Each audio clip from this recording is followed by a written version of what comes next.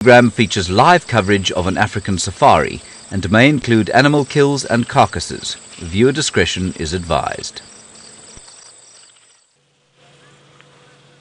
The winds of change are in the air as the autumn is arriving and the grass is blowing. And this is Safari Live. Ready.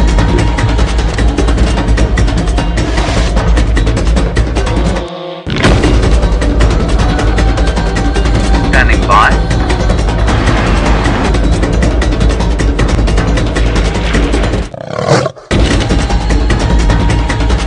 Five, 4, 3, 2, 1.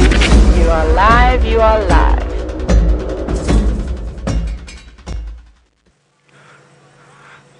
Good afternoon, everybody, and welcome to our sunset safari on this beautiful autumn afternoon.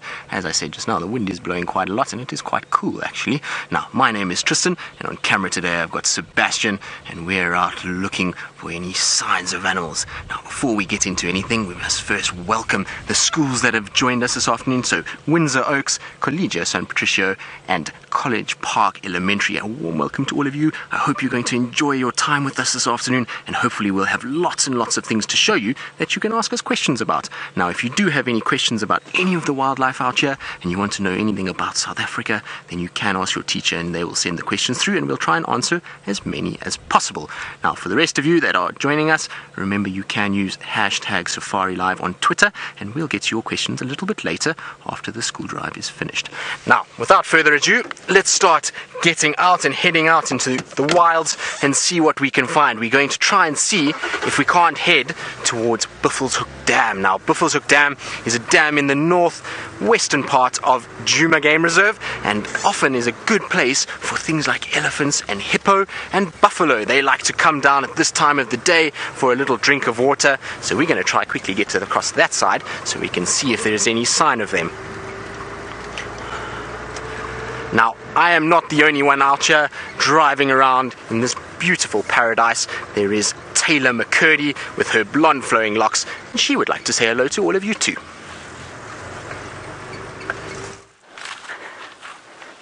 Good afternoon, everybody. How are you? It's a wonderful day out here in sunny South Africa. Now, my name is Tayla, and on camera with me today is Senzo, and we've got the mighty Rexon keeping his eyes and ears open and keeping us safe this afternoon on this lovely walk. Now, I hope you're excited, and I'm hoping that Jamie and as well as Tristan, who's fresh back at work today, he's been on a little holiday, we're going to find you lots of big animals. But out on a walk, we look for the smaller things. And I have to tell you, we've had the most terrible drought over the last couple of years. And finally this year we got some rain, or towards the end of last year we got lots and lots of rain. But now I'm a little bit sad and I'm a little bit worried, because as I stand here and I look at my feet, look how dry it is. Look at that. There's just absolutely nothing. That's crazy. The food is going to disappear so quickly. Now, Miss Claudia, sorry, you're wondering what season it is. It's autumn at the moment. We're going to be coming into winter shortly. So we don't get any rain during these months. We'll only get rain again when summer starts, well, towards the end of spring, really. And then we start to get rain. We have a summer rainfall here. And I'm very, very concerned because we're only in autumn now. We've got the whole of winter to go. And I'm starting to look at this beautiful big open plain and going, there's not really any food here. But there are a couple of plants. You can see little bits of grasses. And if you look very nicely down here, there's this beautiful purple flower. Can you see it? Look how cool this is. It's all tangled over here. Now you must be careful, because this plant is called devil's thorn, and it's got a very, very nasty thorn on it. If you look over here, look at that. There it is. Now you don't want to be standing on one of those. That would hurt quite a bit. But what's really amazing about this plant is if you take the leaves very carefully, making sure you don't prick your finger, and you mix it with water. And I think because after I've touched the sand, I don't have any water there. We'll have to go and get some water. Should we go get some water from Rexon quickly? Let's go get water from Rexon. I'm going to run over. And I'm going to show you a trick, because when you're out in the bush, you must always remember to keep your hands clean. It's of course very important, because there are lots of things out here that could be quite harmful to you. So you don't want to just touch bones or touch a carcass, for example, and then put your hands in your mouth or in your eyes. You could get an infection, a bacterial infection.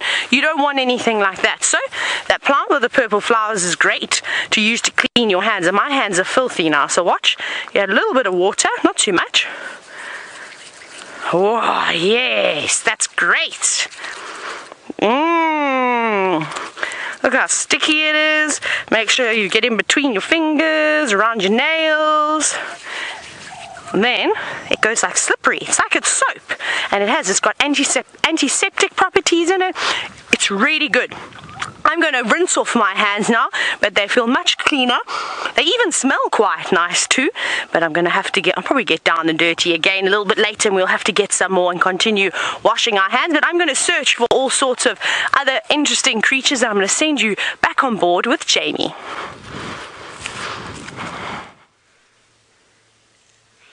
A very good afternoon to all of you, and welcome on the Sunset Safari. My name is Jamie, and this afternoon Dave is on camera with me, and a very, very special warm welcome to all of the kids joining us this afternoon. It's wonderful to have you, and we are going to start out in a search for something very large and very grey. So you've already met Tayla on foot, but I want to jump out and show you exactly what it is that I've spotted in the road. So, something very big walked down this road. Something very big, and not just one big creature. A whole herd of big creatures have walked along this road. Now let's see if you can figure out which big creature this might be. These are their tracks over there. A big round track. There's the back of this track. And we've actually got some big ones, some small ones, and I can tell you, because of the shape and the way that the sand and the dust has been moved, I can tell you that these big creatures were going in that direction. Off they go there. Now remember, all of the animals out here leave us signs that we can read. Footprints in the sand, dung, urine, anything like that. It's like a bush newspaper, and it's up to us to read the words and figure out exactly what has happened. It's kind of like solving a mystery, because it gives you the opportunity, while you're tracking, to imagine what was happening while you weren't here and find the animals themselves. So that's what we're going to do. Right, we've got some evidence over there. We've got footprints. I see some more evidence further down the road. So hold on one moment, and we'll go and investigate a little bit further. Let's carry on. So, have you guessed what they are yet? What big animals have walked along this road? Lots of them, admittedly, which makes it harder for you to see exactly which footprint is which. Dave? I can smell some more evidence. Some more signs of the bush. Here we go. I'm going to put some evidence on my dashboard. Oh, I'm going to spray it all over the car is what I'm going to do. That's going to make the other presenters really happy when they get back in here. Here we go. Evidence number 2. A large pile of poo. Now let's look inside the large pile of poo. Now that I've sprayed it everywhere. Now you might be saying gross, and I guess in a way it is kind of gross. You must never ever touch any kind of poo without adults with you, and if you do, you must always wash your hands afterwards. The reason that I'm comfortable touching this is because, as you can see, it's basically just grass and leaves. There's bits of leaf over there. There's a small bug in there as well. That's because nothing goes to waste out here. So you'll see there's actually a couple of beetles crawling about. And that is because they make use of this animal's dung in order to provide themselves with food. Which is marvelous, because basically they are nature's garbage men. They'll come and collect all of the dung and make sure that we're not overflowing with the stuff. Because imagine if it didn't get eaten, we'd just have piles of dung everywhere. This is nice and wet. And that's actually clue number 3. Nice and damp inside, not warm, but that does tell me how old it is. And if I had to guess, it's been sitting in the sun, so the outside is dry, but the inside is still damp. If I had to guess, I'd say this dung was probably deposited sometime this morning. Oh, let's go see if we can find the animal. Have you solved it yet? What animal is it? Oh, I think Valerie's onto us. I think Valerie's solved the quiz without me even needing to question her any further. Sorry, beetles. Here, let me drop you back in your dung. Here goes 1, 2, 3. I don't want to sweep them onto the dashboard. It seems rather unfair. I'm the one who put them there. Valerie, you are absolutely right in that it is, in fact, the dung of an elephant. Better clean up a little bit. Obviously doing some great cleaning there. Valerie, you want to know if elephants can jump? No, they cannot jump. They're too heavy to jump. They'd hurt themselves. But it's important to remember they've got very long legs, and they've got 4 of them, which really helps to give them an almost inbuilt 4x4. So anywhere that a human being can go on 2 legs without climbing, without doing rock climbing or something like that, an elephant can go as well. And I've found elephant dung on top of little hills and mountains that I struggled to walk up. So it's important to remember that elephants are actually quite agile despite their size. I've seen an elephant once, completely wild elephant, climb onto a fallen tree, big fallen marula, and it climbed at one point. All 4 feet were off the ground and on a fallen tree. It's very funny. So they can't jump, but they are agile.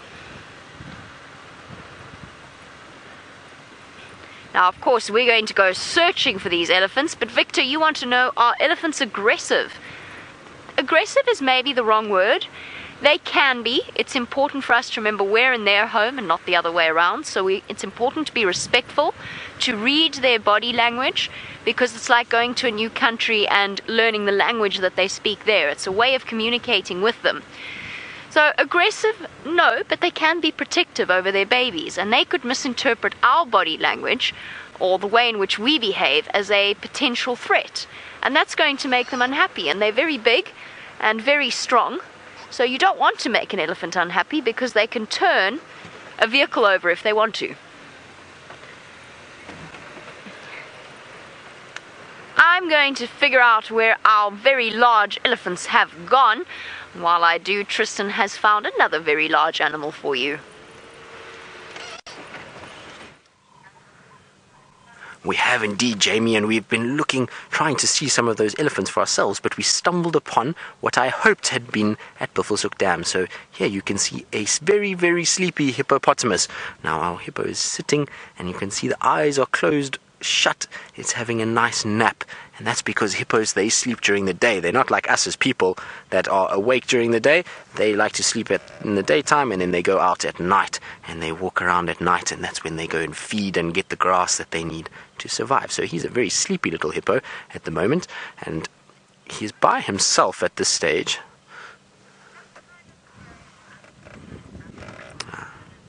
Right, Elizabeth. Well, this is a very good question. You want to know what time of the day are animals the most active? Well, generally around sunrise and sunset is the best time in the bush for activity, and the reason why is because at sunrise all the animals that move around at night, so the things like the lions and the leopards and the hippos, they starting to find a place to sleep, but they still at least moving around a little bit, and then all the animals that are active during the day, like the elephants, they are coming awake now and starting to move around. So at sunrise you get that, and then at sunset the same thing. So that's why we do our safaris early in the morning and late in the afternoon into the evening, because that's when the animals are most active.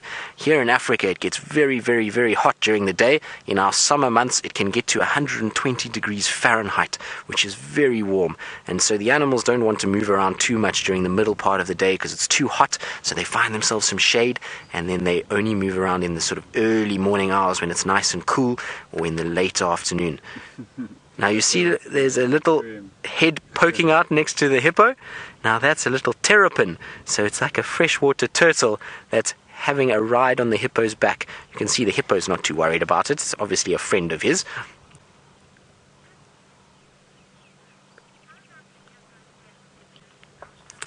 So Zamina, hippos can stay underwater for about 5 to 7 minutes. That's how long they can hold their breath for, and that's underwater completely. But in terms of how long they stay in the water for the day, a hippo will come into the water at around sunrise and then leaves just after sunset. So they spend the whole day in the water. It's not like us that when we go swimming and then our mums and dads come and shout at us because we've been in the swimming pool for too long. It's a little bit different with a hippo. He has to spend all day in the water, and the reason is because he's very, very, very, very worried about the sun. So when the sun shines down, his skin gets very dry and it can dehydrate. It's like us. If we're in the sun for too long, we get sunburnt. And so they don't have sun cream like we do. And so they spend a lot of time in the water just to keep their skin hydrated. And that allows them to survive these very, very hot summers that we have here in Africa. Now, on the bank there, now that our hippo's gone underwater, we'll see when it pops up again. So we can all time it now. Maybe you want to start counting with me and we can see how long the hippo stays underwater. And while we do that, let's have a look at our terrapins. So that was what I was saying was swimming around near the hippo's head. You can see these terrapins are getting some sunshine, and that's because they're reptiles, so they can't sweat like us or shiver to get their body warm, so they have to come out into the sun and use the sun to absorb the heat to be active. Now our hippo has just popped up, so how many seconds was that, Sebastian? How much did you count? I counted 40 seconds, so I don't know about you guys at home. You can let me know, tell your teachers how long you counted for the hippo to come back up again.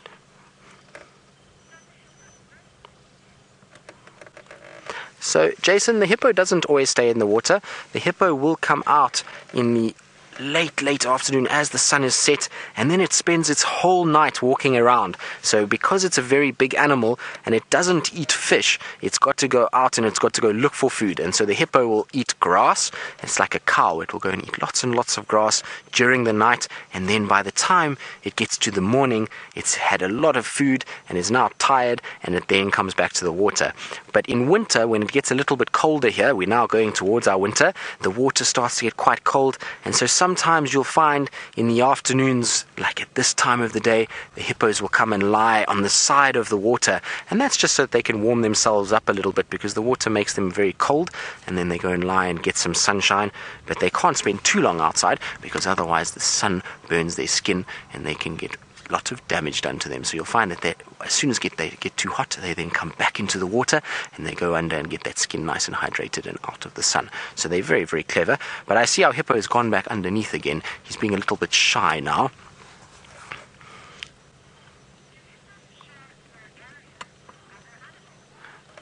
So Zamina, the hippos do share. They are actually not very aggressive to other animals. They know that this area that they're in is going to be a lot of other animals that are going to come and drink. And the only thing that they'll be a little bit sort of aggressive towards or try and chase away would be predators. So if something like a lion came, they then might be quite angry towards a lion, but they don't mind any of the antelope or the elephants or buffalo.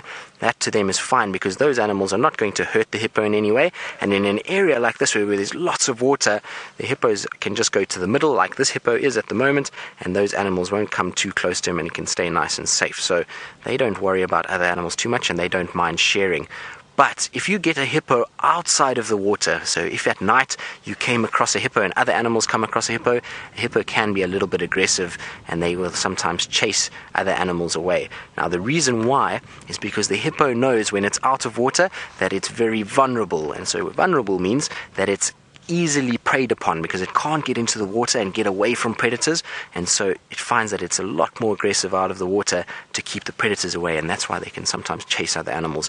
But when they're in water like this, generally they don't mind other animals. Even the crocodiles, they know the crocodiles won't worry them because they're big enough to defend themselves against the crocodiles. But you can hear him breathing. So this is a young male that would have been pushed out of a pod of hippos. So as the big male realizes he's getting too big. He then chases that male away, and he's now had to find himself his own waterhole. So he's all on his own at the moment. But as we now go to the winter and less water is around, you're going to find that other hippos might join, and he might get lucky and get some friends that join him in his waterhole. Now we're going to carry on hanging out with our sleepy hippo, and while we do that, I believe Tayla has a feathered friend to show you.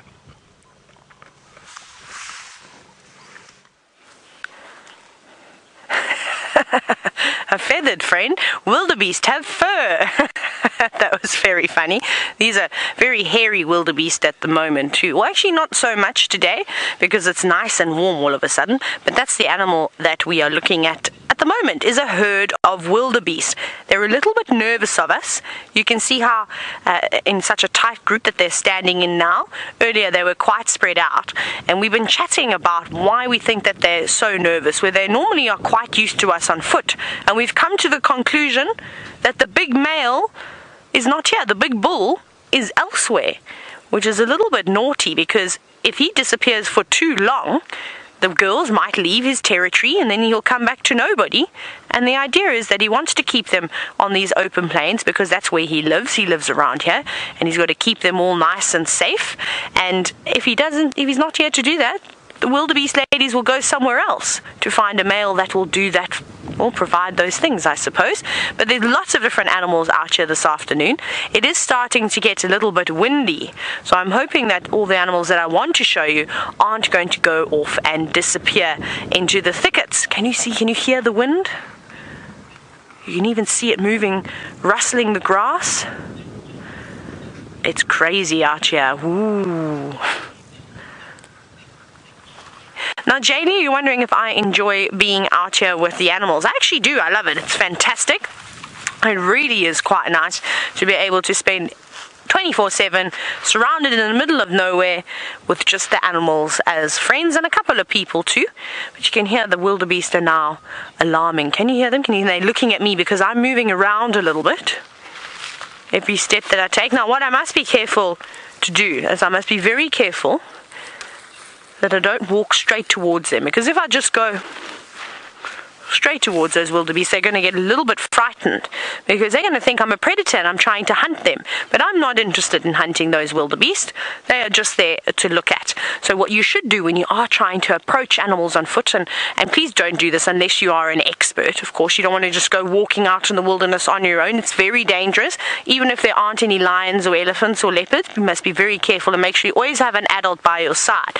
So you would walk at a 45-degree angle. So you would walk that way, over there, and you'd go very slowly. I don't like to hide away when I'm doing approaches on animals like this out in the open. I think it's better to let them know that you're there, because if all of a sudden they see you, they're going to get a big fright and they're going to run away. So if they can watch you and they can keep an eye on you all the time, often it means that they're a little bit more comfortable. They would have planned in their head where their next escape route is if we were to change our minds and go and start chasing the animals.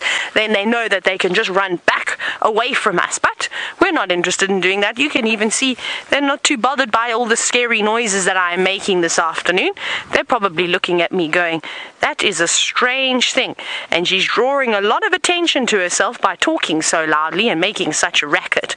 And I probably am, because one thing, if you've noticed that about the animals, is that they don't make very much noise. They have to stay as quiet as they can. Now, Victor, you're wondering if these animals, if the wildebeest, have another name. They do indeed. There's an international name, GNU, G-N-U, and that sort of comes from the sound that they make. Not now, they're not doing it now, they're just snorting. But sometimes they make a strange noise that sort of sounds like they're saying GNU, GNU, GNU. The big males normally do it. I've just cut myself on a piece of grass. Never did I think that a piece of grass could be dangerous. Look at this. Look what I've just done to myself. So you've even got to be careful with a piece of grass. That was dangerous. But I'll be alright. It's just a small little cut. I cut it while I was playing with this grass. Now, we have also seen a giraffe, which is the tallest animal in the world, all the way down there. We need to get walking so we can try and get the giraffe before the sun goes down. Jamie, however, has got a really cool insect.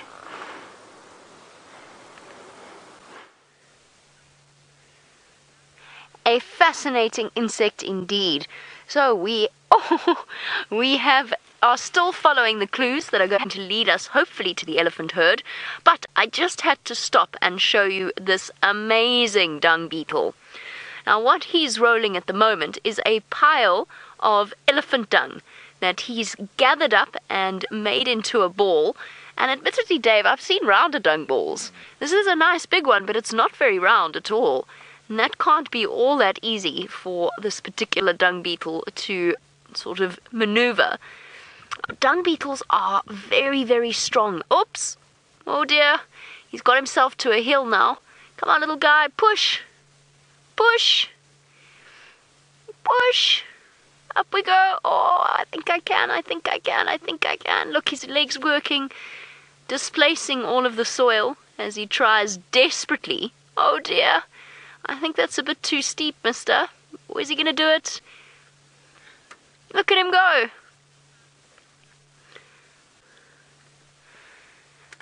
In that pile of dung that he's collected, there are leaves and grass. Jason, oh look, he's done it! Jason, you want to know, oh, come on buddy, don't roll all the way back down. If you let go now, you're going to roll all the way. Jason, you want to know why it is that it's filled with grass and leaves? Because, Jason, that's what elephants eat. So their digestive system processes it very, very quickly, and they defecate out a huge amount of dung. And in that dung is undigested grass and leaves. Oh, roly-poly. You can see every now and again he stands up on the dung ball and then goes back down head first to push it along. Let's try and see if we can get one last view. Now, he could have that dung ball for two reasons. One is food. They do eat dung. The other is to try and find a lady friend. So that is the dung beetle equivalent of flowers and dinner. He's trying to woo, he could be trying to woo a female. He's taken himself down a very difficult path, though. You're going to be able to... You can see him there, Dave. Taken himself on a very difficult path.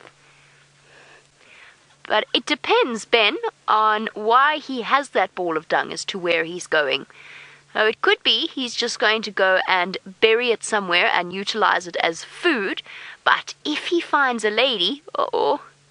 If he finds a lady friend or a female dung beetle, then she will come and sit on the dung ball with him, and he will push it to a nice, safe, shady spot where there's some soft soil. And what he'll do is he will bury that ball of dung, and the female will lay her eggs in it, so that when their babies hatch, they've got lots and lots of food to eat. So basically their parents are providing them with a really good start to life. See how he's using, that's his head at the bottom. So all of that work is done by his front legs.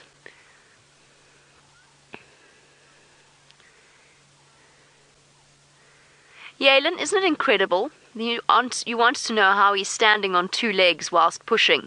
He's using the dung ball to balance himself, and his front two legs are his strongest legs, which is why he pushes in that way.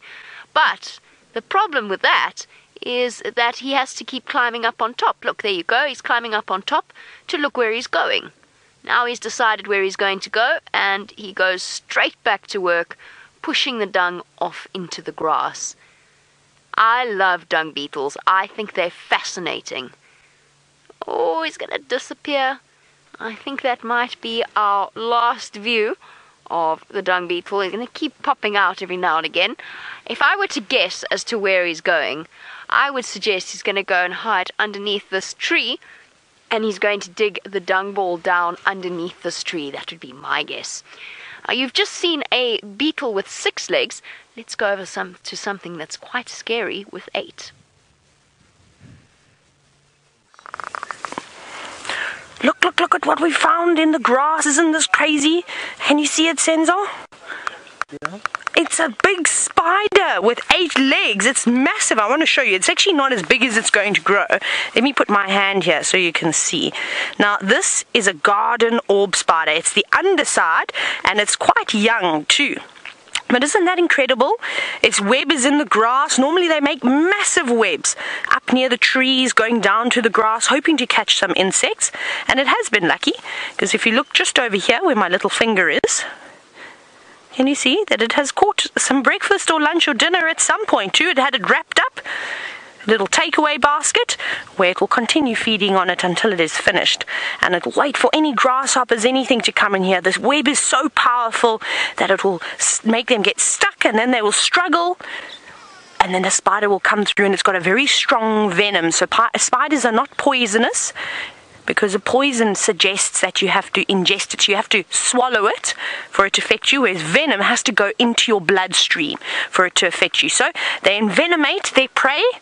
And what that does is it doesn't just kill them, it actually helps dissolve their insides, because spiders can't chew. So they've got to suck all the nutrients straight out of their prey. But isn't that scary and creepy? And it's not the only spider that we have here. We've got another one. Look at this one.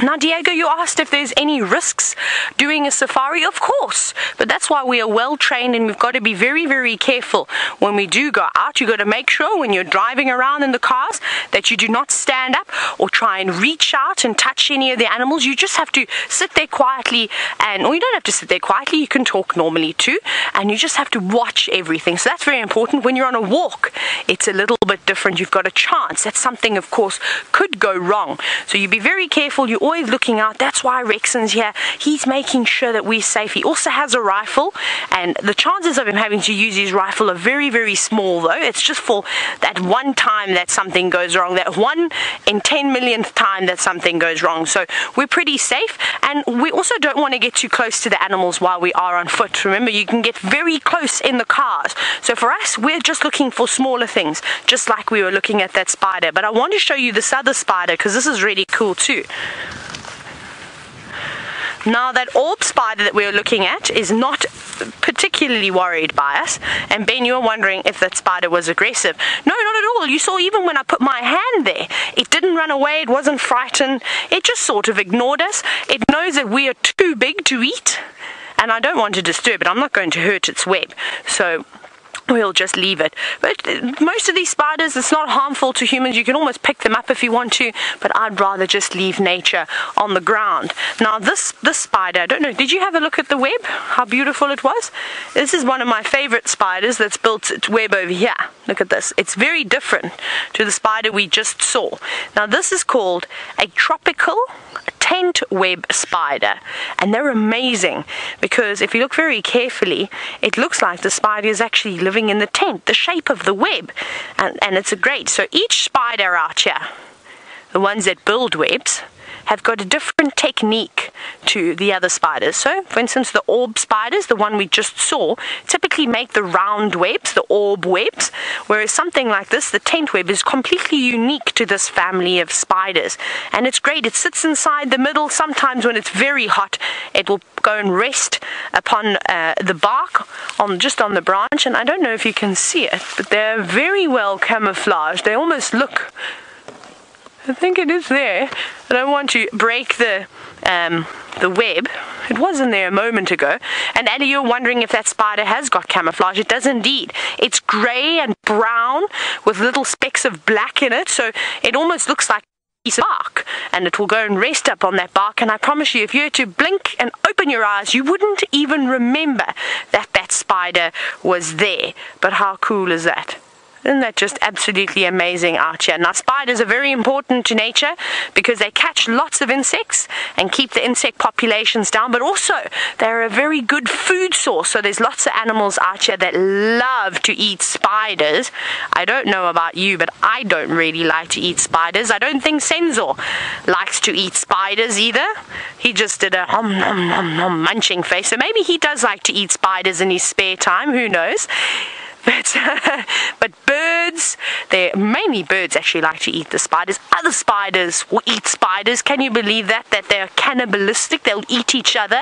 And even the girl spiders like to eat the boy spiders. How crazy is that? Very cool out here. And that's amazing about a bushwalk, is you just have to stick your head into the grass like this, and you won't believe what you'll see. And that's what's so fun. And I'm sure that all of you do that too. When you go home after school and you're perhaps playing in the garden, you start looking around in trees. I always used to go and find a wall where there was grass going up above it. And I'd pull the grass back, and you'd find lots of little beetles and lots of little spiders crawling around in them too. And then I'd collect them and I'd put them in jars, and then I'd take them inside. I would scare my mother, and then she would tell me that I have to put them back out again. So before the sunset, I'd go and release them again. But I used to always catch spiders. A little bit scared of them now. I don't like to pick them up anymore. I'm not that brave. So we just watch them just like that. But how cool is that? And if we look very carefully, we might even find some more spiders as we walk through here. We've just got to keep our eyes open like this. We've got to search very carefully to make sure we don't even get stuck in a web. Now Tristan is out and about on the hunt for I'm not sure what animal, but I hope he has a better chance at finding it.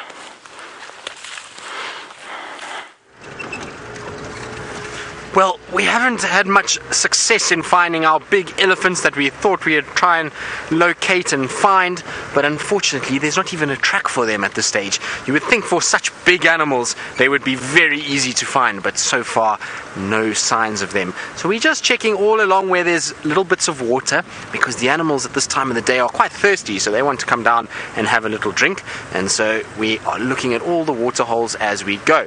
Now, I've also been trying to look out for some birds, because birds are really, really beautiful in South Africa, and trying to see if I can't find some of the more colourful ones. But so far, it's also been quite quiet when it comes to the birds too. So we're just looking around and enjoying ourselves in the beauty of this afternoon. The wind has actually died down a little bit now, so it is very, very pleasant. The sun is nice and warm on us as we're driving. It feels very good to be out in the open. Ah, Nathan, so you want to know what my favourite animal is? Well, Nathan, my favourite animal has spots, sharp claws and sharp teeth, and is called a leopard. So that is my favourite. I love the way that they move, the way that they look, and the fact that they're so shy and elusive and really difficult to find. That's why I like them so much. So I will probably try and see if we can find a leopard at some stage today as well. But unfortunately, the leopards don't really like to move around at this time of the day. They like to come out when it gets a little bit darker, so we have to wait until around sunset to try and see if we can find them. But hopefully, maybe, you never know, we might get lucky. Now, the reason why I've stopped is because on the bonnet of the car is a little friend that has joined us to ride along with us this afternoon. So there we go. There's a little grasshopper that has jumped on the car as we've been driving. It fell off a piece of grass and then it seemed to fly straight onto the bonnet, and now it's sitting there blending in with the green of the car. You can see he's even giving us a little dance. So he's bopping his head along. Maybe he's got a little song in his mind that he is singing. And you can see those really, really big legs that they use to jump at the back there. So those are very strong. And this little cricket or grasshopper can jump very, very far indeed. It almost looks like it's looking at its reflection on the bonnet.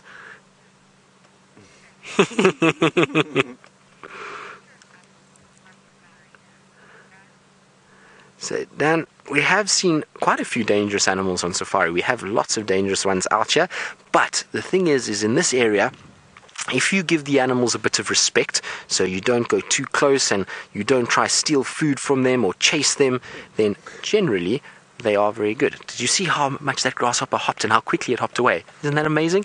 Now, there are dangerous animals here though, so like I was saying, if you respect them, then we don't normally have a problem on a vehicle.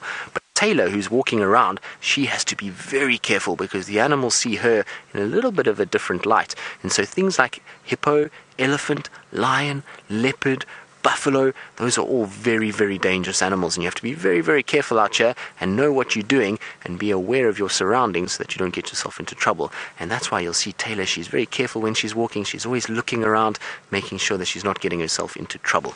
So yes, there are quite a few dangerous animals out here, and I've had quite a few close encounters with some of the dangerous animals. So something like a buffalo, I've been chased up a tree by a buffalo, and I've been charged at by lions, and had some very, very, very interesting encounters. So you have to be a little bit careful out here, and you have to watch what you're doing and make sure you treat the animals with lots of respect and give them the space that they need to be able to move around freely.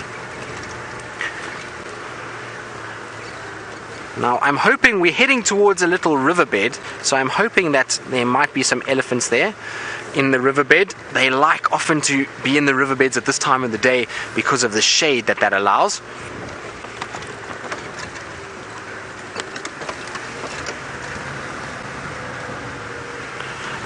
Jalia, we do indeed live here. We live in a camp close to Djuma Game Reserve's main lodge, where they have guests that come from all over the world, and we live in a camp called the Djuma Research Camp, and the camp is probably not too far from here. I would say it's about a mile to our northwest from where we are now, and it is a camp that we all live in. So Tayla, Jamie, myself, Sebastian, who's on camera, we all live inside there, and we all spend a lot of time together in this area. And it's amazing to live here because we get to see the animals every day.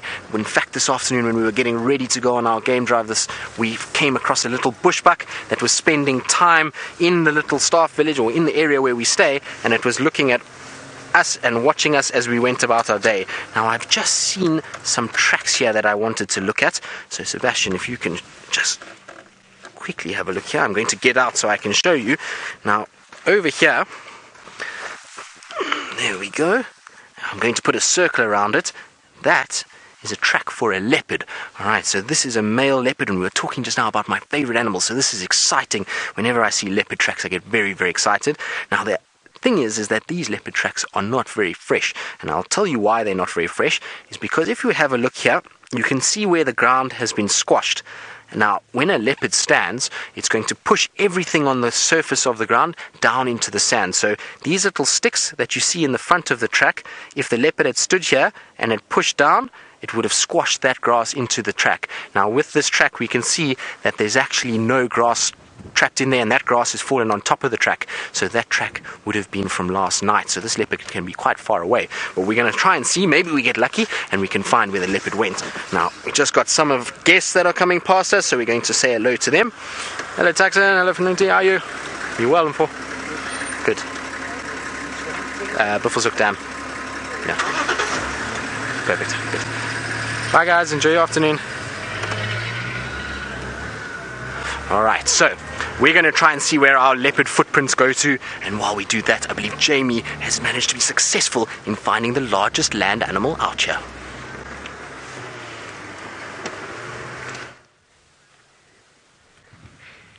Look at this, we followed the clues and look what we have found. A herd of elephants. These are the ones that we've been following. We've been looking at their footprints, and we have been following their piles of dung, and we have found them. And it's not just a herd with females and babies, but we've also got that massive bull elephant that you were just looking at the moment. What I'm going to do is I'm going to creep forward a little bit. Remember how we spoke about how elephants are not aggressive, but they can be dangerous, and it's important to respect them. We've got a whole herd in front, but what I want to do is make sure that we don't make them feel uncomfortable.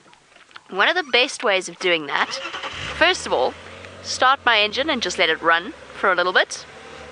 And now we go forward nice and slowly, and we're not going to drive straight at an elephant. We're just going to go till we get a nice view of one of them, and there we shall stop. This makes me very happy that we managed to track them down for you. Oh, there we go. We've got elephants of all ages here.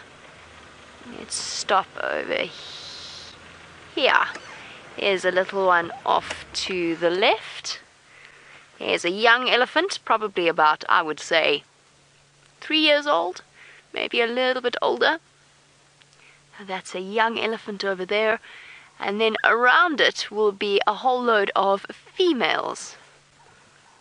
Now, Chance, remember how Tristan said that we'd managed to find the biggest land mammal?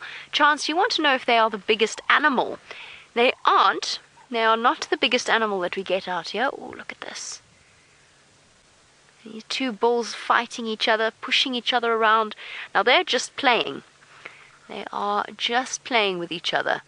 Our Chance, the elephant is the biggest land mammal. Absolutely. And that is, they are huge. they can get up to and over 10 tons in the case of really very big elephant bulls, very old elephant bulls.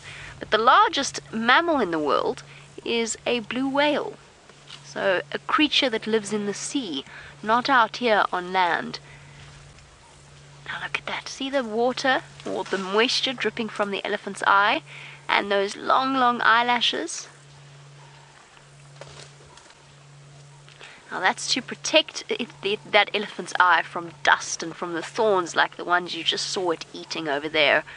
Now, we've talked about how big elephants are. Michaela, you want to know if elephants are at the top of the food chain? Well, they only eat plants, Michaela, but they are pretty much the most dominant species out here. There's very little that can actually catch and kill an elephant, and it very seldom happens out here in the wild. There are certain lion prides that are able to catch and hunt elephants, but it's unusual, and they hardly do it unless they really have to, when it's very dry and they're missing food. But a good question, Michaela, because most of the time an elephant will be able to chase away almost anything out here. Alright, unfortunately, well, at least we got to track down the elephants before you all have to go, but unfortunately it is time for us to say goodbye to the schools joining us this afternoon. I hope you all had fun and that you enjoy the rest of your school day, and I have no doubt, because of course I'm pretty sure we've seen many of you before, I have no doubt we'll be seeing you shortly in the not too distant future. For the rest of you, off you pop to Tayla, out on foot.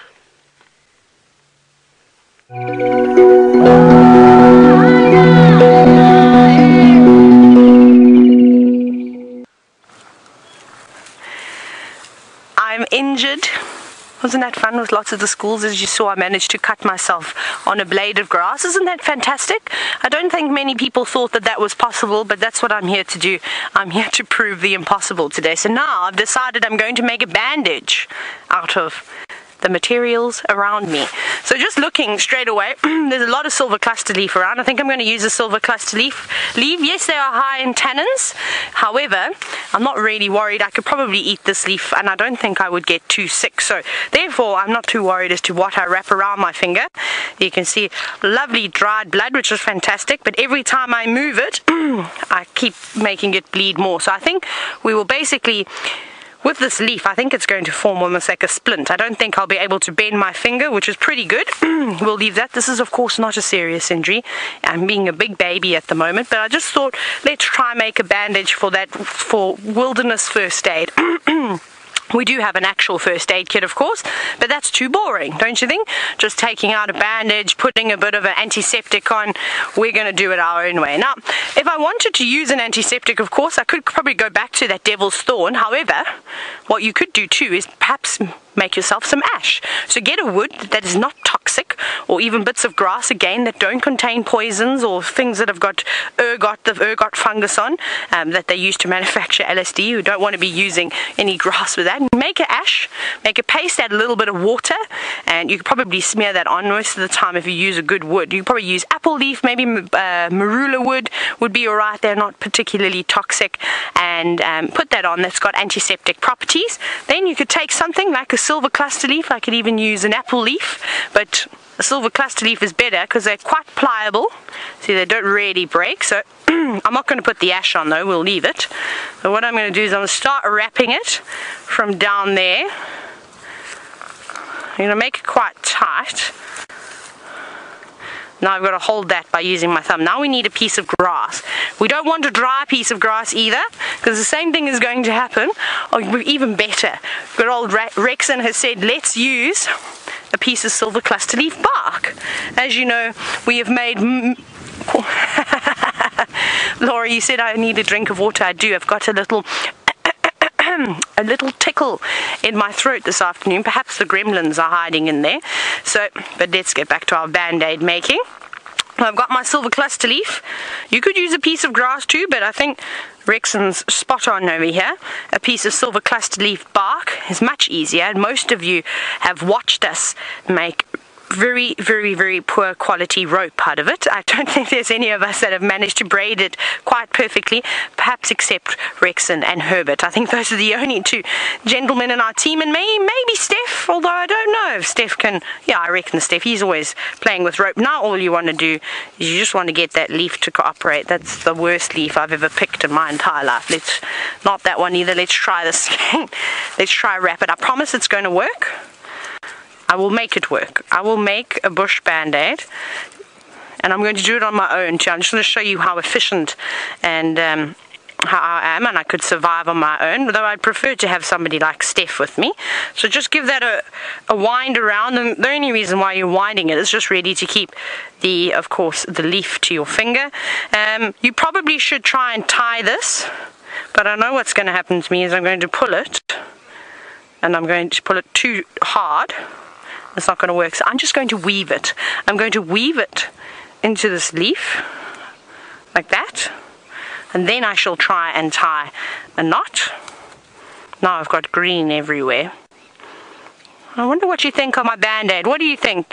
If you can give me a rating out of 10, hashtag Safari Live with this band-aid. And if you wanted to make it look nice and neat, of course, you could just trim the edges, but I don't really mind. I quite like the rustic look. I think it's great, and I think this is how I'm going to make my millions one day, is perhaps by making all of these eco-friendly bandages.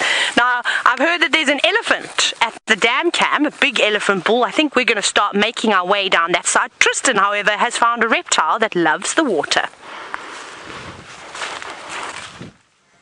We have indeed. We've got a beautiful monitor lizard, and this is fast becoming my favorite monitor lizard. He's obviously lying like that and sleeping because of how far he's traveled. I've seen his tracks coming all the way from WildEarthTV camp all the way down Twin Dams, and eventually ended up here and has now found himself a branch. But most days that I come past Twin Dams, I find this monitor lizard lounging in the boughs of one of these fallen over trees and spending its day having a nice rest. Now, the reason why it's here is because this is a place of plenty at the moment. There will be so many frogs that will be hidden amongst this vegetation where the water is, that it's a great place for this monitor lizard to be hunting.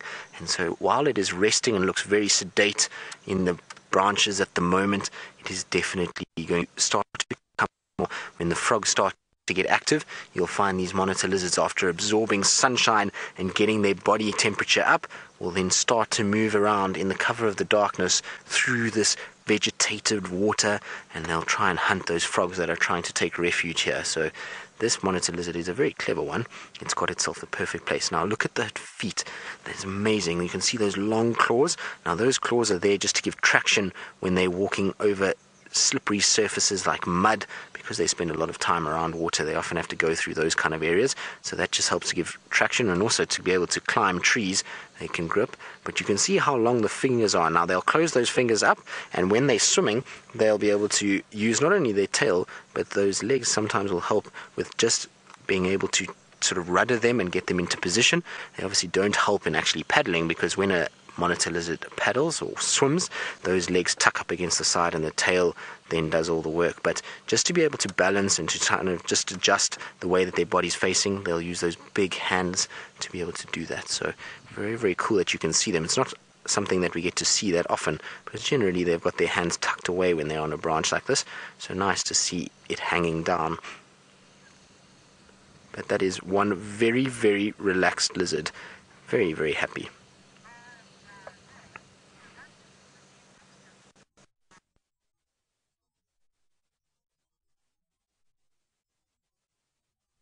Very intelligent and very cunning little creatures.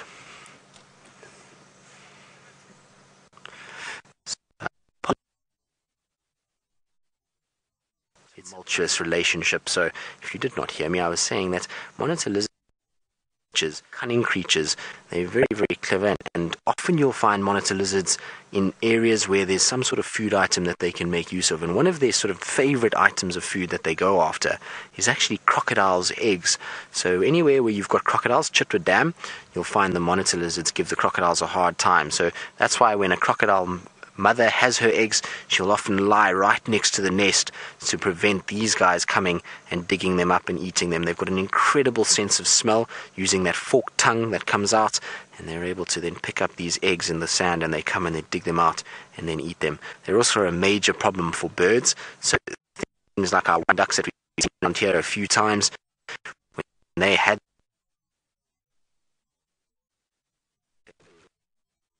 often find them also at lodges. They realize very quickly that us as humans are not stupid, and that when we use thatch roofs, a thatch roof is the perfect place for a monitor lizard to live. It's got nice sort of insulated thatch all around it, and can go up into there. There's lots of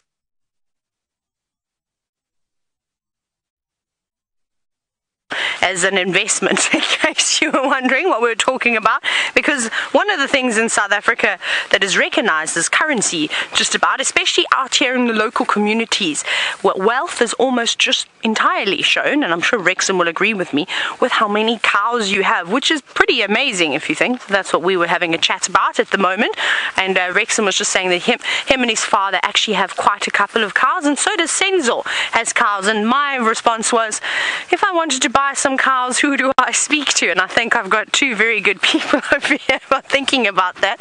But we're still walking down towards the elephant that was seen at the dam. I'm not sure if he's still going to be there. It's a lovely afternoon, so I hope that he is taking his time, just relaxing, having very slow slipped, maybe a bit of water being sprayed across his body too. Who knows? Just an afternoon down at the pool, really. That's what basically our next move is. So thank you very much to all of you that have said I'm a bush medic. Please don't do this, probably shouldn't do this, but I just thought in an emergency it was quite a nice plaster as my accessory for the afternoon. And you said you're giving me 10 out of 10 for my medical skills, so I'm actually not too bad of a first aider either. I'm alright. I can make a bandage, I can try and stop the bleeding, and that's one of the qualifications we have to do when working out in the bush, is that you have to be a qualified first aider. There are various levels. When you get to level 3, you can basically assist and with childbirth. That is a lot of responsibility to take on, but we mainly focus out here. We actually do an adaptation. We do all the things that you need to be a first aider, but we also do wilderness first aid. So we're basically taught as you go along in guiding that if you say you're short of equipment, so things like splints, that you can use things in nature. Remember, everything's a pharmacy out here though. You don't want to just start issuing people with medicines. That of course you need to leave up to the paramedics and the doctors, but just in terms of stabilizing people, there's lots of things that you can utilize out here. So it's a very important thing to have. It's always important to practice it. So we have lots of scenarios around camp.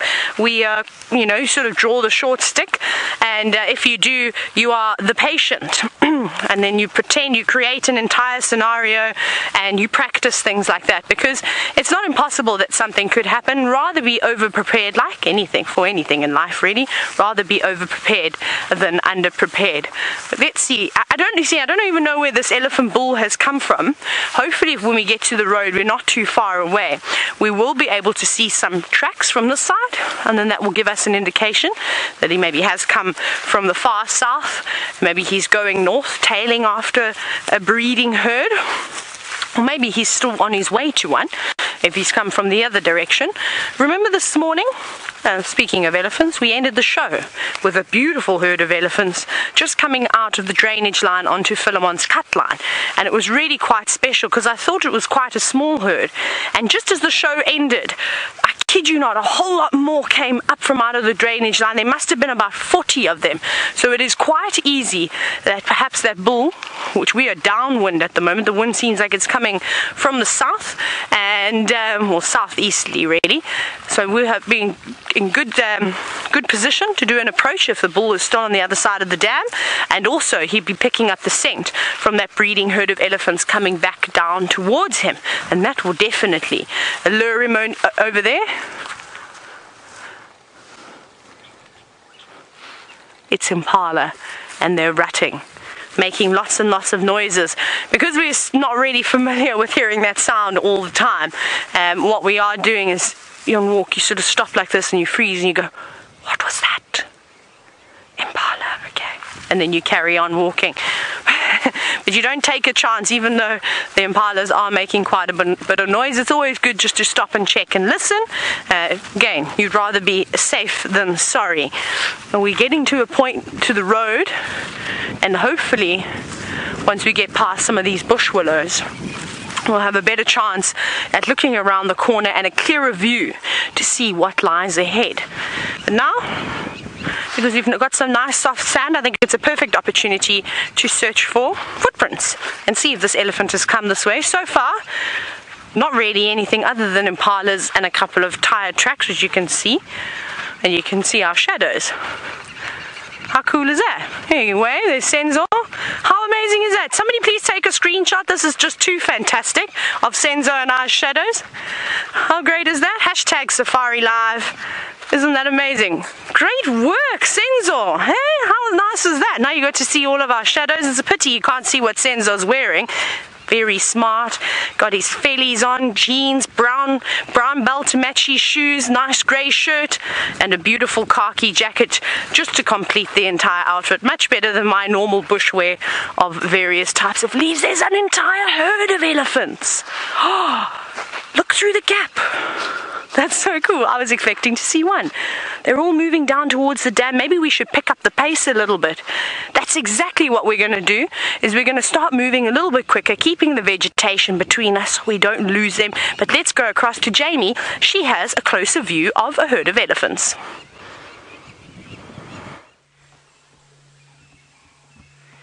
From a view on foot to a view from the vehicle, look at this gorgeous little thing. It's just gone running up to either an older sibling or most likely actually an older cousin. And I just love watching the interaction between young elephants. There's something so special and relatable about it. They really truly are like small children in the way that they interact with each other, and you can see the friendships and the bonds and the playfulness of their behavior. That, to me, makes them extra specially endearing. Look at this! What you doing? Oh, you cheeky monkey. Knocking each other around, pushing, shoving, all part of developing some seriously important social skills. Now, I'd love to go and catch up with them, but as you can see, there is a very large female over there, and she's pregnant. And you know what they say. You don't push a pregnant lady. Obviously not physically, but just emotionally. I'm not going to, in any way, shape or form, infuriate her. She's quite heavily pregnant. I know, big girl. I know. Sorry, I'm not calling you fat. You're beautiful. But you are pregnant. See, she's bulging out at the sides. I wouldn't say she's late term. I'll say she's mid-term. She probably still has another few months to go.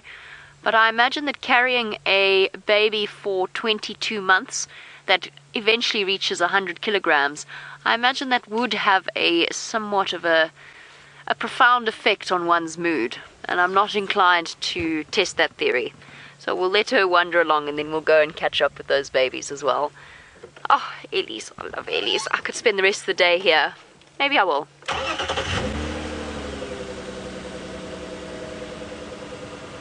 Now, Dee, you want to know, while we sidle forward, if you can tell from an elephant's footprint which direction they're going in. You can. Actually, quite easily. It's one of the easier tracks to do that with. I don't want these elephants to disappear, but Dee, I promise you, don't go anywhere. After we're done with the elephants, I will jump out and I'll draw an elephant track for you, and I'll show you just how you go about determining which direction an elephant is moving in. There's a big bull off to my right there.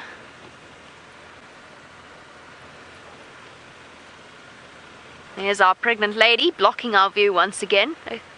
I'm not going to complain though. I can see the calves playing in front, but I'm not going to complain.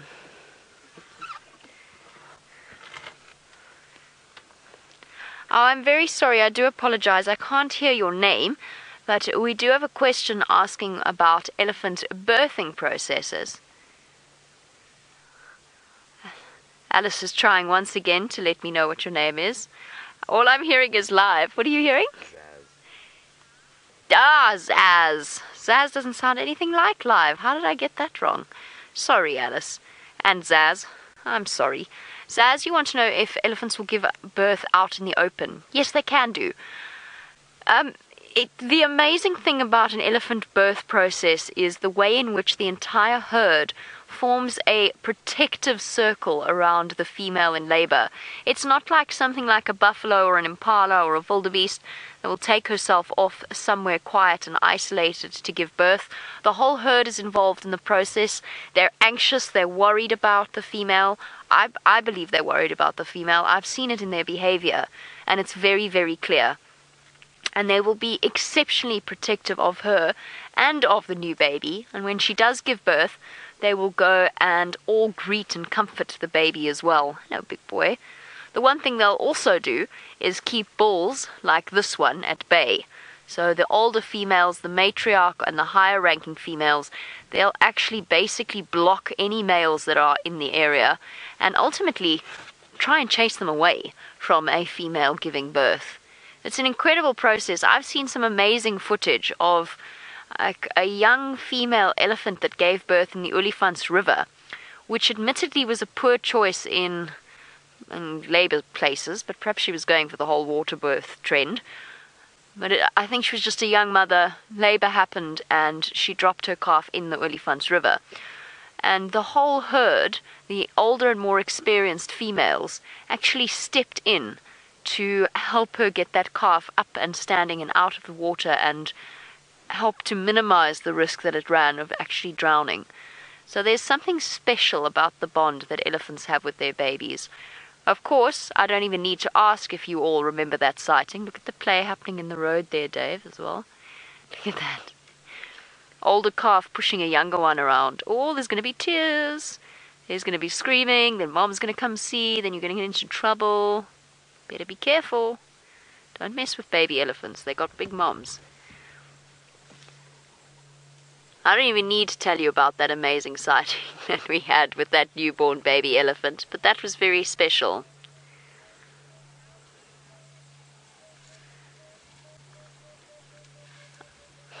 Cute. This is so sweet. Interactions. This is what I love about elephants as well, is the responsibility that the older calves take with the younger ones in terms of babysitting and mothering them and, oh, yep, that's definitely more your size. Keeping an eye on them. It's so special. That's probably a young female at the back there that is marching in to act like an older sister, essentially, and split up the fight. Oh, no, actually, I take that back. Participate in said fight. Ah, it's a little male. It's not a female. Generally speaking, the female calves will actually take responsibility for the younger calves. Oh, cute. Again, I'm sorry, I'm obviously struggling with my comms. I'm not trying to get your names wrong deliberately. But we do have a question about how long elephants will nurse for. They'll continue to nurse... A chair? Eclair? Eclair? Eclair? Is that you, Eclair? Eclair. Eclair? Yep. Eclair. Okay. Sorry, I'm struggling. There we go. Eclair. Eclair. Oh, goodness. You get the idea. I'm really sorry. I'm struggling with my comms this afternoon. You want to know how long baby elephants nurse for? They'll start to eat solid food at around about 6 months, but they'll continue to nurse sometimes even right up until they're about 3 years old, which is quite extraordinary when you think about it. What often happens, though, is you see these massive calves still nursing, and the females obviously now trying to wean them.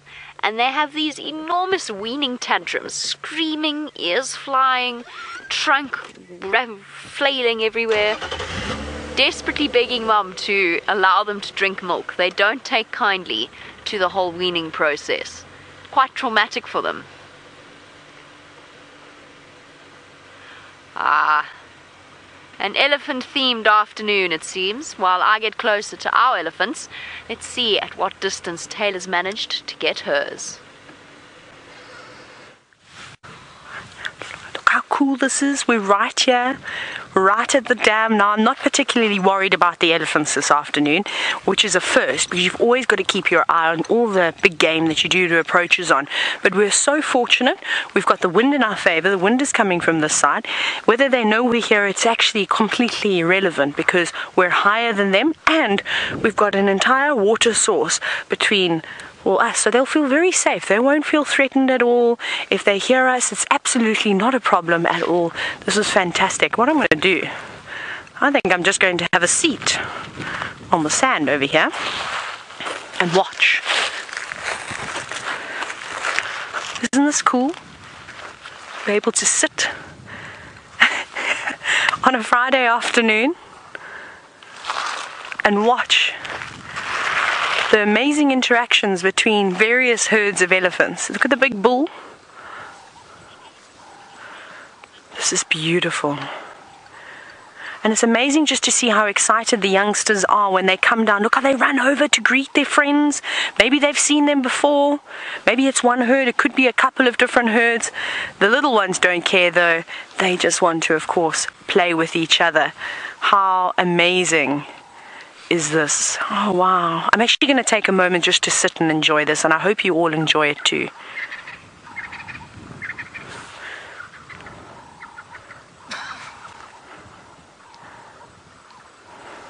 Wow.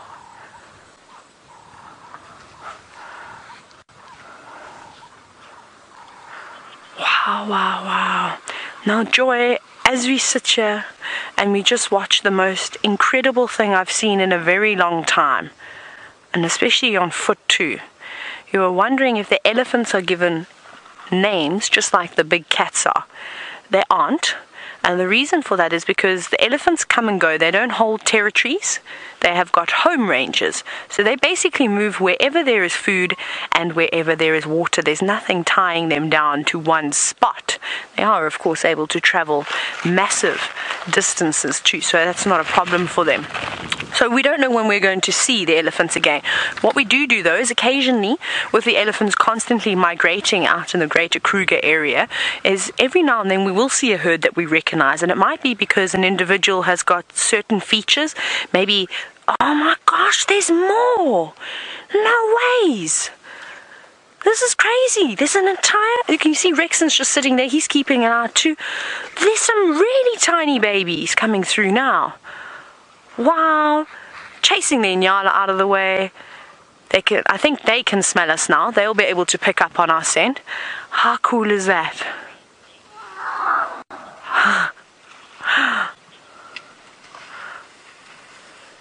This is unbelievable. I don't know where to look. Obviously, we've got to keep looking around us, making sure we're safe.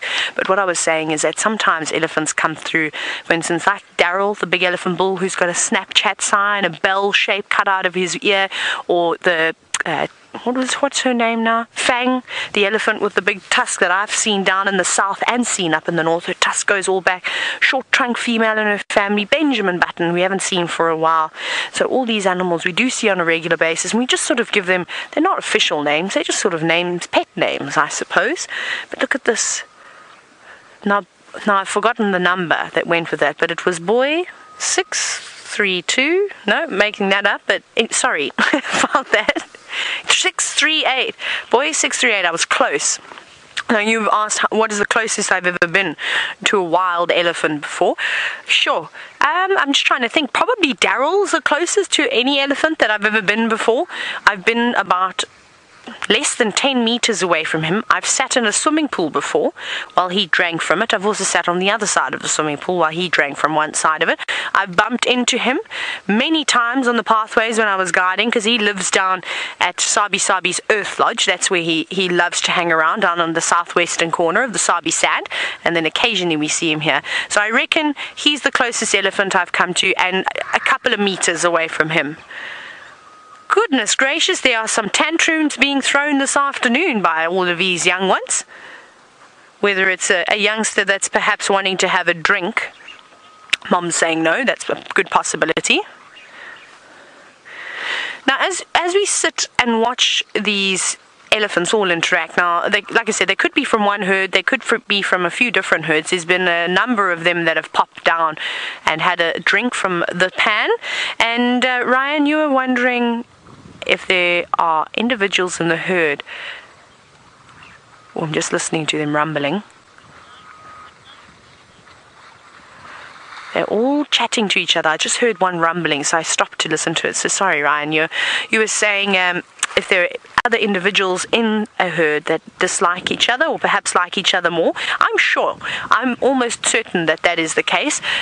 Obviously, there's a matriarchal system where the females are in charge, and I think it depends on the bonds that they form at a young age. Some may prefer each other, though they will always stand together and protect a different member. But I must tell you a story. It's quite a sad one. I have told it before, but I know we've got lots of new viewers.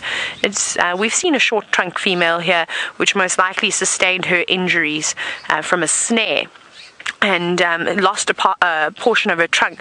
Now, there's an elephant that I've seen down south that has the same thing happen to it, but she lost quite a large portion of her trunk, to the extent that when she drank water, it almost brings tears to my eyes when I talk about this. It was very sad, and I can remember the sounds as if it was happening right now. So she would suck up water and she'd spray it into her mouth, that it was almost almost like a jet coming out of her trunk and squirting back into her mouth. Her trunk wasn't even long enough that she could put it in her mouth, so feeding was almost impossible. She went up to the trees and she had to just use her mouth. She would just bite and pull leaves off, and because of this, she was much smaller. You could definitely see that something was wrong, and I watched elephants time and time again because I saw her a number of times, so she was one of my favorite elephants.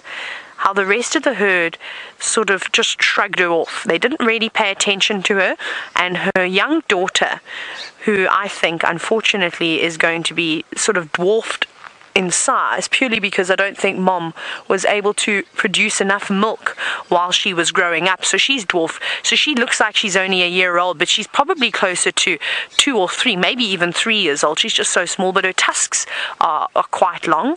And the little ones, the other little elephants in that herd, they didn't want to have anything to do with that calf. They'd all be playing with each other, and she would go up to them and try, and they would sort of push her away or move off. And it was quite sad to see sort of discrimination going on inside the herd. So I think animals are cruel too. I've seen the same thing happen with a giraffe before, a female giraffe.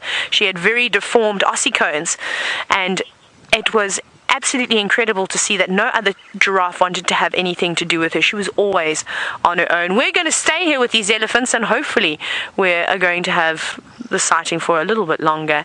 We're going to send you across to Tristan, though, who has found the cheetah.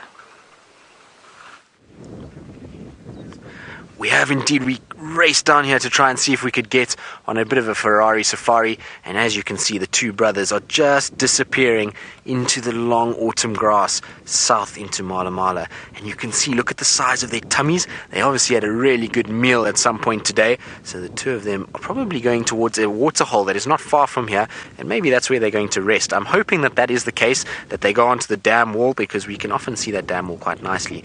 But there you go, the two of them are there, and they might scent mark at that fallen over tree. They often do.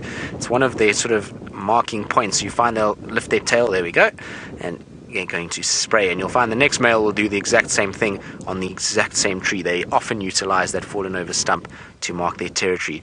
Now, I know it is very far away, but it's still so good to see them, and to see the two of them back together. This is the first time actually that I've seen the two of them back together since they did rejoin, so it's really good to see the boys back in town and back together again. Now, like I say, I think they've had a really big meal. I saw Peter from Nkoro earlier, and he was telling me that they were chasing impalas, and I think he said that they caught one at Nkoro this morning, so that's why they've got such big full bellies. But you can see they just melt into that grass from a distance. It's almost impossible to see them when they go low in the grass. Now, there's the other brother. He's going to mark on the exact same spot, so you see he's sniffing around, so he'll be just smelling just to see if there's any sign of other cheetah that could have been around, like males or females. And then he sprays on the other side now, so they've definitely covered that branch in a lot of urine, and that will signal to any other individual that this is their territory. Now, I believe a lot of you are excited that you're seeing the two cheetah brothers. It is exciting. Spending time with these two is so good. And Sebastian and I were actually talking about it the other day when we were on a walk, which was about a week ago, just over a week ago, and he was telling me that he hasn't seen a cheetah in like 6-7 years, and that he has bad luck with cheetahs. So super happy that we can see them and that he's got a chance to see them again. I'm sure he's beaming from ear to ear behind the camera. Show them how far they are. Yes, we can show them how far we are, Seb. Start on one and then zoom out so they can see. So Seb's going to show you exactly how far they are from where we are and just how incredible these cameras actually are, that they can pick up these cheetah from such a long way away.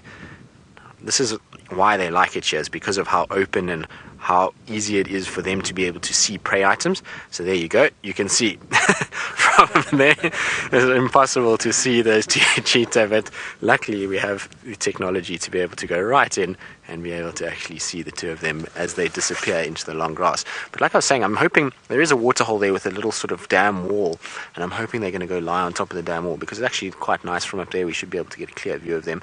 Now they've gone into a little bit of thick grass, and it's really almost impossible to see them. Even with the naked eye now, I've lost sort of sight of them. So I'm hoping they're going to go towards the dam wall, and we'll be able to get one last little look at them before they then disappear. But it's really good news, because in a few, probably tomorrow morning or tomorrow afternoon, this will be a great place to check. And if not tomorrow, the next day, they'll come back and use the same route to go back north. This is their favorite place to cross in and out, and they use this to sort of traverse their territory and make use of it. So this is a really good place to be for them.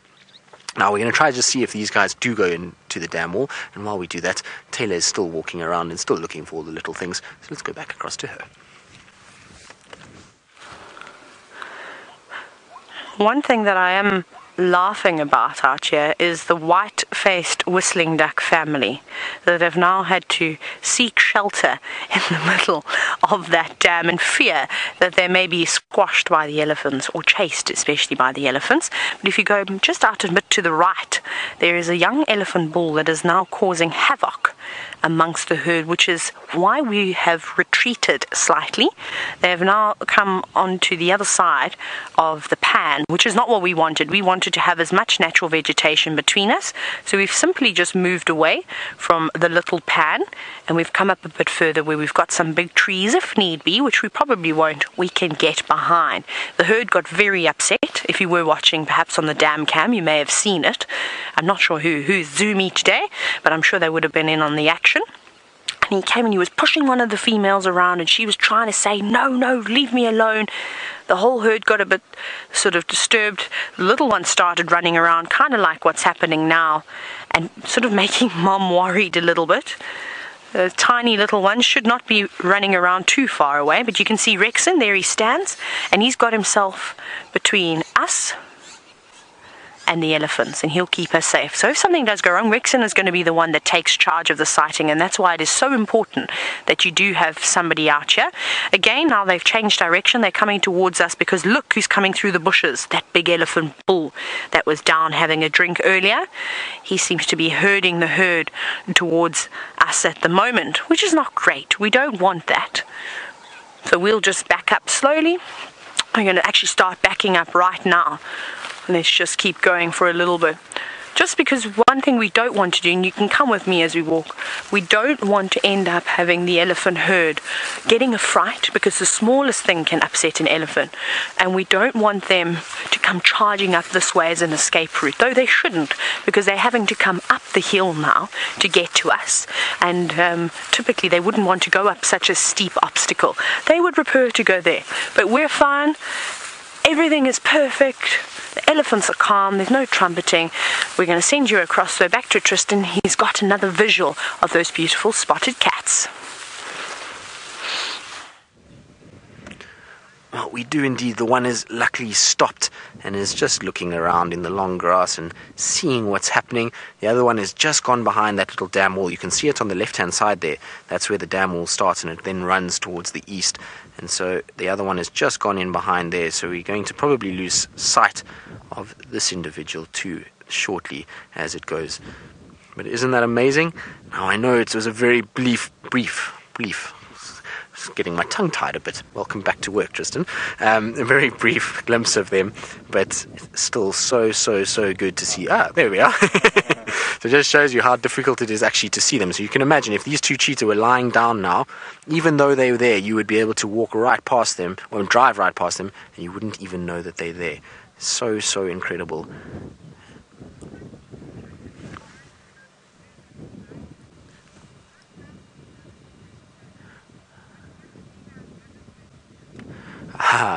So Milo, the zoo-loving scientist. Well, Milo, I do like your Twitter handle. It is one of the better ones I've heard in a while. But you're wondering how long these two stay together and whether a female will get in the way of them staying together. Well, these two have been together for as long as I've known about them, which is since 2011 is the first time they were seen in this area. And so they've been together since then. So that's 6 years that they've stayed together. Now, in terms of females, if there's a female in heat, then yes, the one will probably split off a little bit and mate, but the other one won't go far. They kind of stay in touch with one another, and it's very seldom that they do split apart. Now, earlier I said I'm glad to see them back together. Now, what I was referring to was not because a female had split them. Unfortunately for these two Cheetah brothers, they got split by some lions. So lions chased them and they ended up running in different directions, and then they kept missing each other. They kept walking back and forth in this area and they would miss each other by an afternoon or a day. You can see they can cover quite a bit of distance, so they've come all the way from Torchwood through in Koro today and onto Cheetah Plains and now into Mala Mala. So that's what they've covered during just this day today. So they often were missing each other, and then it took them a while to kind of come together, and that's why they scent mark like this. As they were scent marking, the other brother would have realized he's been through this area, I need to just keep coming and checking, and they eventually then came back together. So really good that they are back together. But females generally no, they just mate for the 2-3 days. The other male stays quite close by, and then they're back together and off they go again. But I think that's the last that we're going to get of them as they disappear down into the long grass.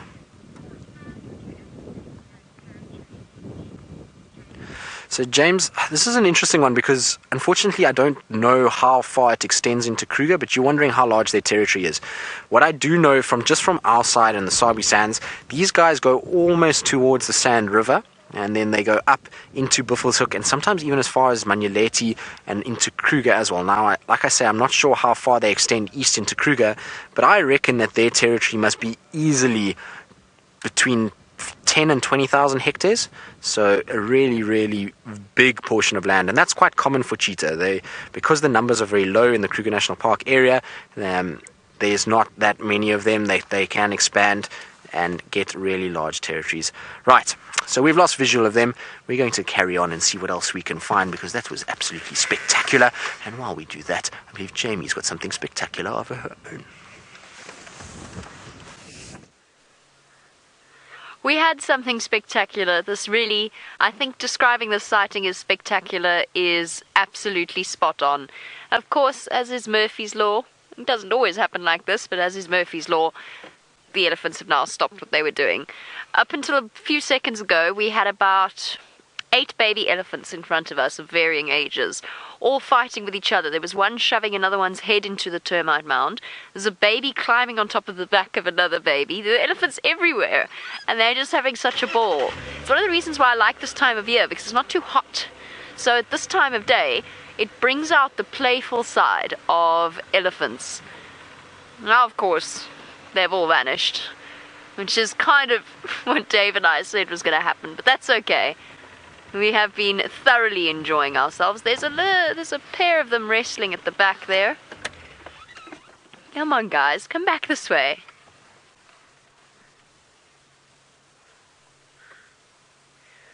Now, as our Ellies push and shove each other out of view, it sounds as though Tayla's got a slightly better view for you.